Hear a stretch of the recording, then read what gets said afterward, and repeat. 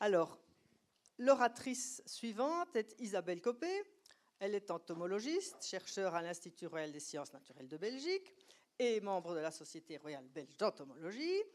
Elle va vous présenter divers jeux autour de la thématique des abeilles et je gage que vous verrez les abeilles tout autrement à la fin de son intervention. Mais avant cette intervention, vous allez participer à un petit jeu interactif présenté par Carole Paléco, aussi du Muséum des sciences naturelles, en charge des projets européens au Muséum. Voilà, je vous laisse la parole. Merci. Bonsoir à tous.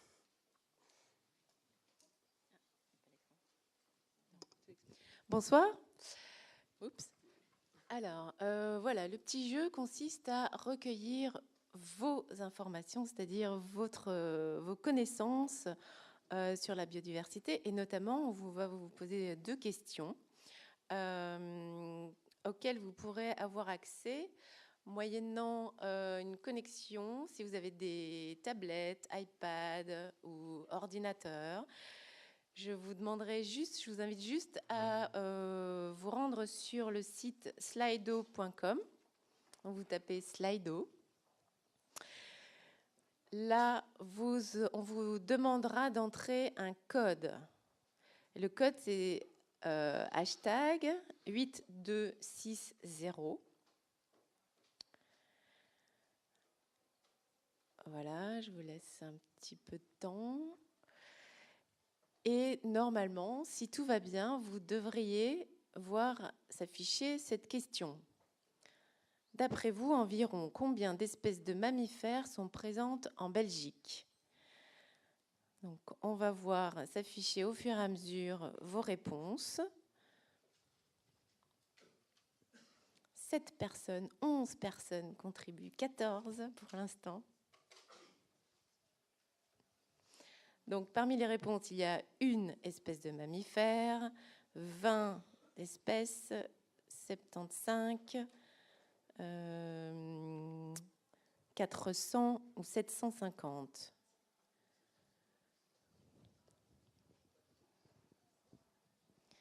Donc, la majorité, 53% estiment qu'il y a 75 espèces de mammifères en Belgique.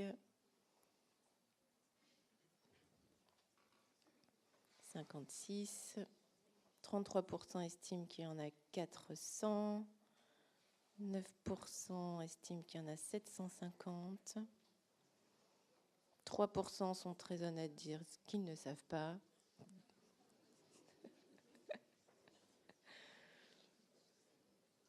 Il y a combien de personnes dans la salle à peu près? On arrive presque aux 100 personnes.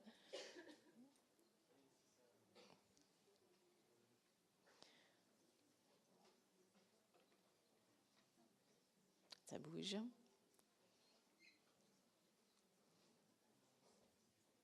Tu donneras la bonne réponse? Non. Donc la bonne réponse vous sera donnée après. Alors, ça bouge encore, mais on va dire qu'on va s'arrêter là. Donc 47% d'entre vous pensent qu'il y a 75 espèces de mammifères en Belgique.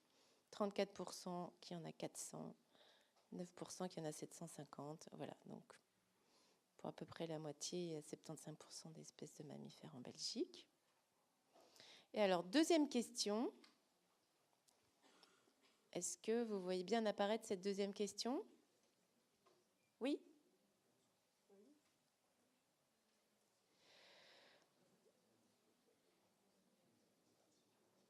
D'après vous, environ combien d'espèces d'abeilles sont présentes en Belgique?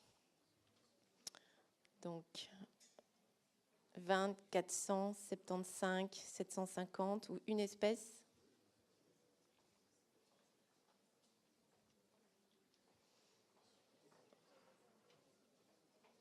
Pas facile, hein? Cette biodiversité ordinaire, alors. Donc, pour l'instant, voilà, on est à plus de la moitié de la salle qui estime qu'il y a 20 espèces d'abeilles en Belgique. Voilà, mais je vais donc céder la parole à Isabelle, qui va vous informer à ce sujet. Ok.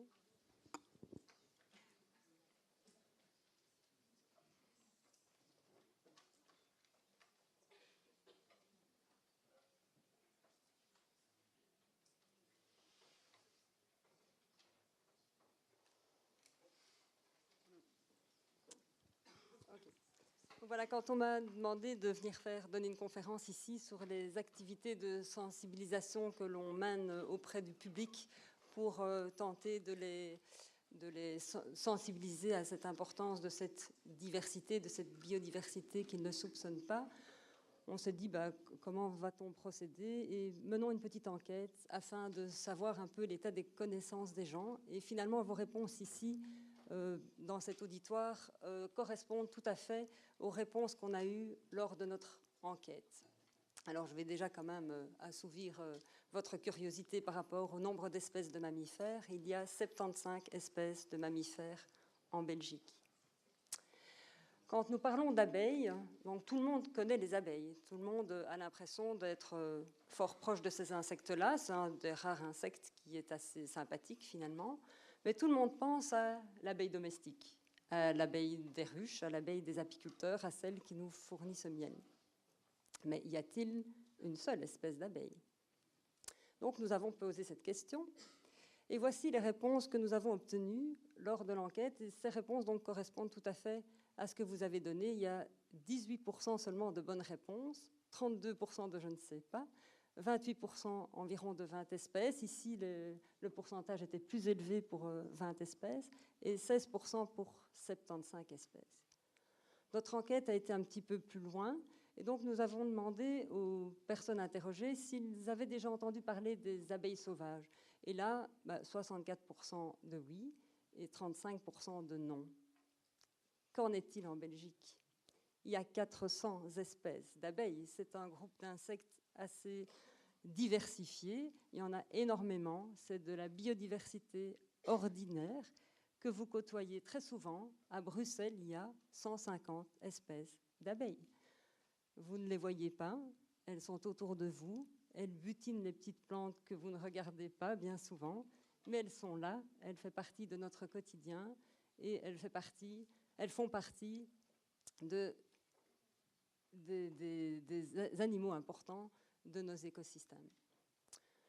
Alors, par contre, tout le monde a déjà entendu parler du déclin des espèces, des problèmes de la biodiversité, de cet écroulement de biodiversité. Donc, on a posé la question aussi de savoir si les gens étaient conscients de ce déclin par rapport aux abeilles. Et là, presque à l'unanimité, c'est oui. Eh bien, oui. Plus de 9% des espèces sont menacées quasi d'extinction. Et donc là, on voit celles qui vont bientôt disparaître et celles qui ont déjà disparu d'ailleurs. Et globalement, 30% des espèces d'abeilles sont menacées. Et donc voici ce que ça peut donner dans cet inventaire d'espèces. Alors, quelles sont les causes de ce déclin? Nous sommes une espèce très nombreuse, et nous avons énormément de besoins. Ces besoins, c'est des besoins de loger, des besoins de nous déplacer, des besoins pour produire notre nourriture, et puis pour fabriquer tout ce dont on a besoin, et ensuite pour les acheter.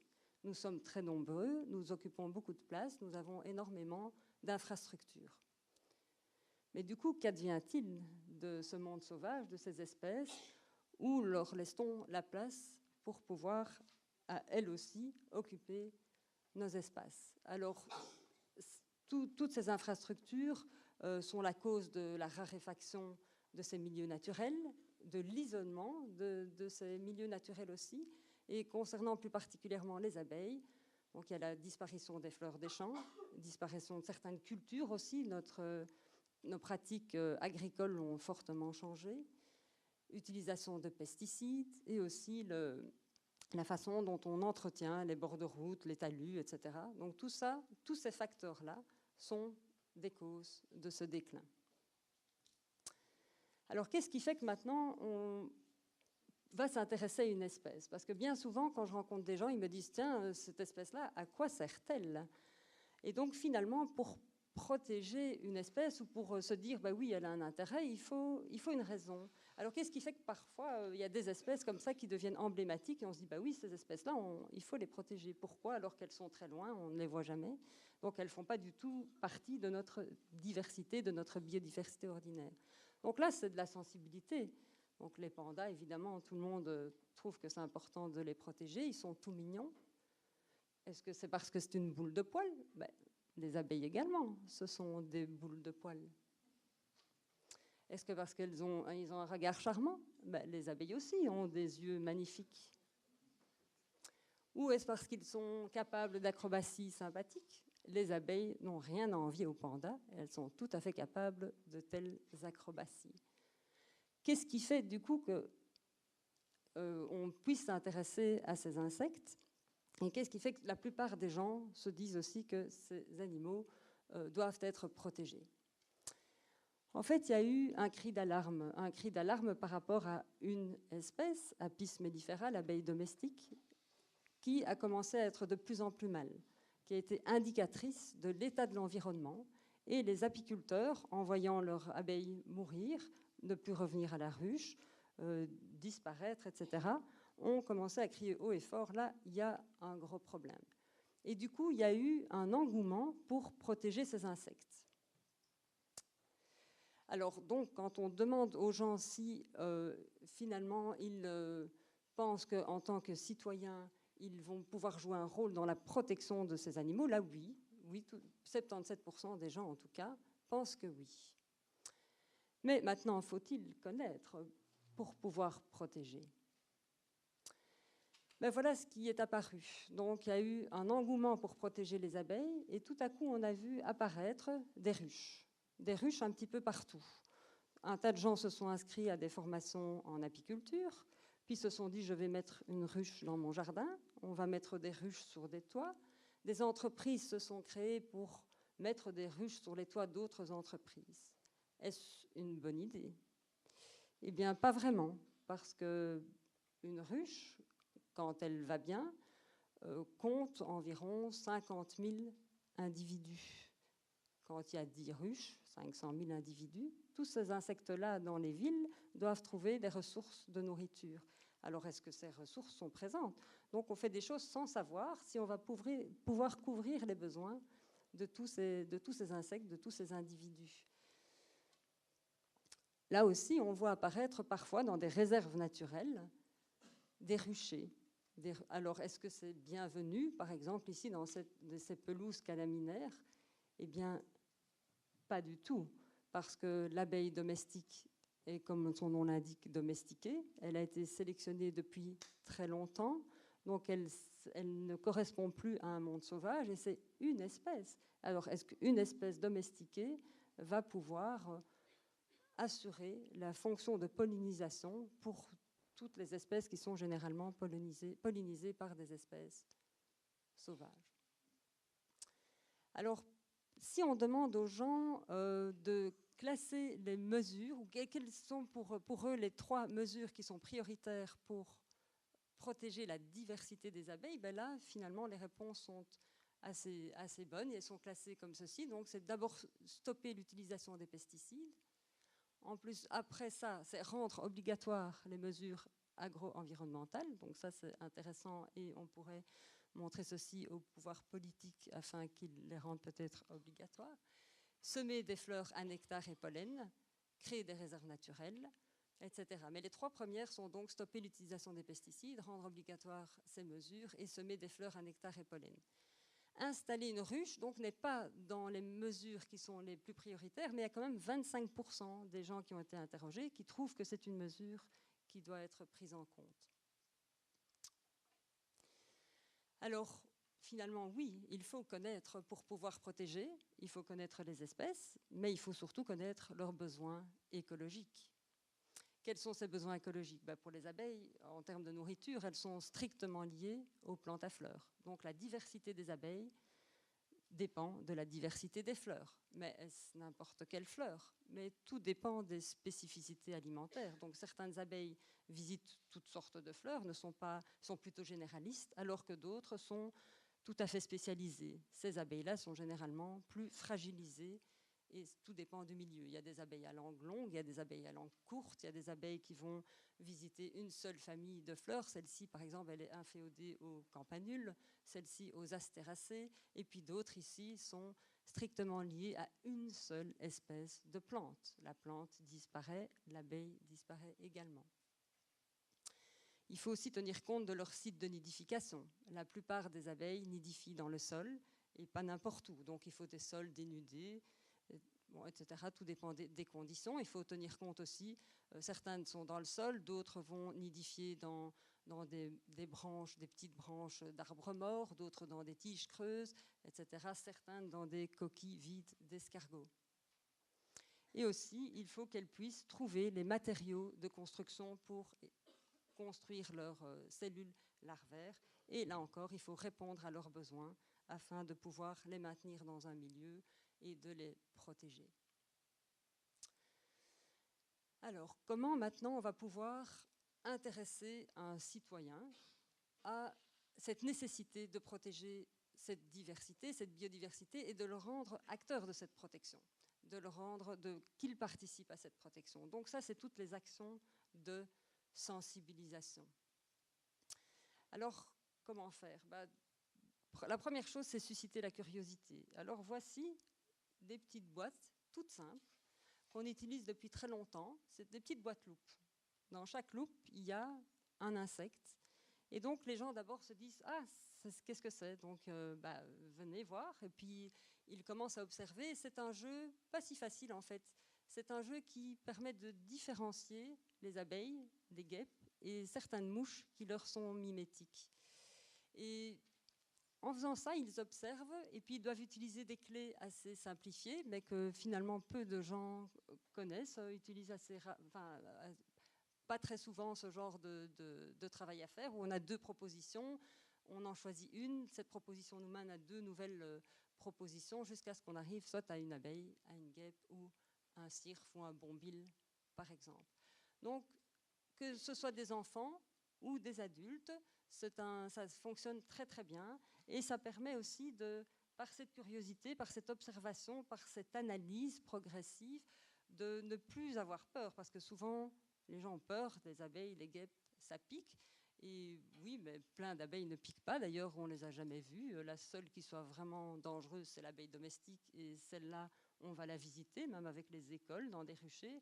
Les autres, on les aperçoit pas, et pourtant on en a peur. Et donc le fait d'observer, d'analyser, ça permet de perdre un peu cette peur et de pouvoir aller au-delà. Et puis jouer pour comprendre, et jouer aussi pour comprendre l'impact qu'une disparition d'abeilles pourrait avoir sur notre vie quotidienne. C'est un jeu qu'on a élaboré il n'y a pas très longtemps, et aussi on écoute les commentaires des personnes qui jouent, des citoyens, afin d'améliorer le jeu. Et c'est un jeu qui a été utilisé il n'y a pas très longtemps en animation, et donc ça fonctionne très bien avec ou des enfants, des familles, et même des adultes qui participent à nos activités. Alors c'est un jeu assez simple, on va bruncher, donc il y a toutes sortes d'aliments, et le but du jeu, c'est de se constituer un plateau repas. Donc on choisit ce qu'on veut manger. Ensuite, il faut analyser un peu chaque nourriture et se dire, est-ce qu'il y a un lien avec la pollinisation due aux abeilles ou pas? Alors, en construisant ce jeu, on s'est dit, c'est peut-être un peu bateau finalement, et puis pas du tout. C'est un exercice pas si évident que ça. Et donc, on voit que même des gens qui, a priori, on se dit, ils savent ce qu'ils mangent, ils savent d'où ça vient, eh bien non. Et donc ici, quand donc on prend quelques exemples, on enlève. Donc le but, c'est de voir si les abeilles disparaissent, qu'est-ce qu'il va me rester à manger. Donc dans le choix qu'on a fait ici, il reste quoi? Du pain, qui est produit à partir de céréales. Les céréales sont pollinisées par le vent, et des œufs qui n'ont pas grand-chose à voir avec les abeilles. Alors il y a la réponse est à l'arrière de la carte, donc celle où il y a un lien avec la pollinisation. Donc on retrouve une icône d'abeille, une demi-icône quand le lien n'est pas tout à fait direct, et il n'y a rien à l'arrière des cartes où il n'y a pas du tout de relation avec cette pollinisation due aux abeilles. La deuxième étape, c'est de remettre en relation ce qu'on a mangé avec l'endroit où c'est produit. Donc là, on ne prend plus que des cartes qui ont un lien avec la pollinisation due aux abeilles. Et puis finalement, oui, ça semble assez simple. La confiture, ça vient d'arbres ou d'arbustes fruitiers. La soupe aux carottes, c'est produit dans le potager. Le fromage, là, ce sont les vaches, et les vaches, elles broutent. Et puis la tisane, c'est produit au niveau des plantes potagères. Et puis il y a une dernière étape à ce jeu, c'est de remettre le lien avec les abeilles. Et donc, une plante, en général, on va semer des graines. Ces graines forment une plantule. La plantule se développe et a des fleurs. Pour faire, c'est très simplifié. Les fleurs sont butinées. Et les abeilles, en les butinant, transportent le pollen d'une fleur à l'autre. Le pollen contient les cellules sexuelles mâles qui vont permettre aux graines de se former. Ici, le lien avec les fruits, donc la pollinisation et la fécondation des graines va permettre le développement du fruit. On va profiter directement de cette pollinisation qui est bien souvent nécessaire pour développer un fruit tout à fait bien formé et qui va tenir à l'arbre. Et sinon, pour d'autres plantes, on va passer par le système semence, processus obligatoire pour pouvoir reconstituer la plante. Et donc, les personnes vont devoir disposer leur carte en fonction de tiens, ça c'est un lien direct, oui c'est un fruit, je peux le manger directement, c'est grâce à la pollinisation qu'il y aura une production de fruits, ou bien ce que je mange ici doit passer par un stade semence pour pouvoir le reconsommer, reproduire des carottes ou des poireaux par exemple. Ce jeu va permettre de conscientiser les gens de l'importance de ces insectes, de l'importance qu'ils ont dans leur vie quotidienne. Nous avons fait des animations comme ceci avec donc toutes ces différentes activités, plus de l'information, et on a essayé d'évaluer donc ces animations pour voir finalement ce que les gens en tiraient. Et donc, on a demandé si on trouvait important de mettre en place des mesures de protection des abeilles, et à 100%, oui. Alors, est-ce que les gens, après, veulent s'investir eux-mêmes s'ils ont la possibilité de pouvoir appliquer tout ce qu'on leur a expliqué des aménagements, par exemple, des plantations qu'ils peuvent faire pour pouvoir être acteurs aussi de cette amélioration de l'environnement. Et à 92%, les gens ont répondu oui. Et puis, pour aller plus loin, est-ce qu'eux aussi veulent être porteurs de ce message de l'importance de protéger cette biodiversité, et à 78%, les gens ont répondu oui.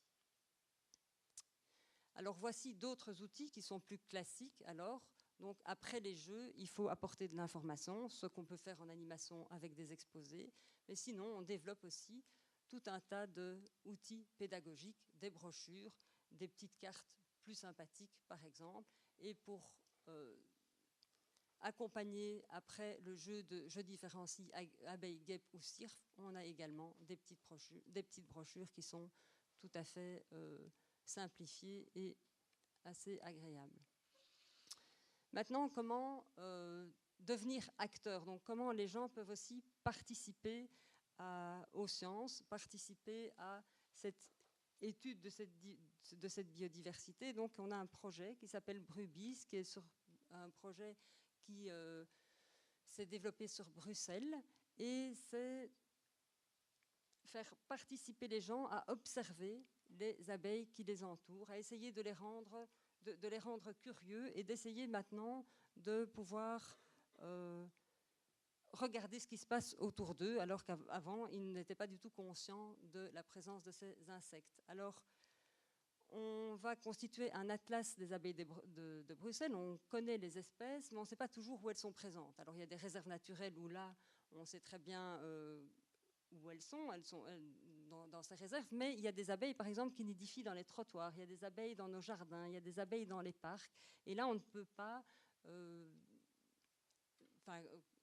ratisser tout Bruxelles, et donc on fait un appel aux citoyens afin qu'ils puissent nous aider à faire cet inventaire. Alors évidemment, on n'aura pas des données sur des espèces tout à fait, très difficiles à identifier, mais rien que le fait qu'ils puissent observer, nous renseigner sur des bourgades, par exemple dans les trottoirs, c'est-à-dire des trottoirs où certaines abeilles nidifient en grand nombre et c'est très visible, ils vont nous communiquer ces informations et de cette manière, ils participent à ces recherches et vont peut-être changer leur regard et aussi intervenir dans leur quartier pour sensibiliser les autres personnes, sensibiliser les communes afin de pouvoir préserver ces espèces.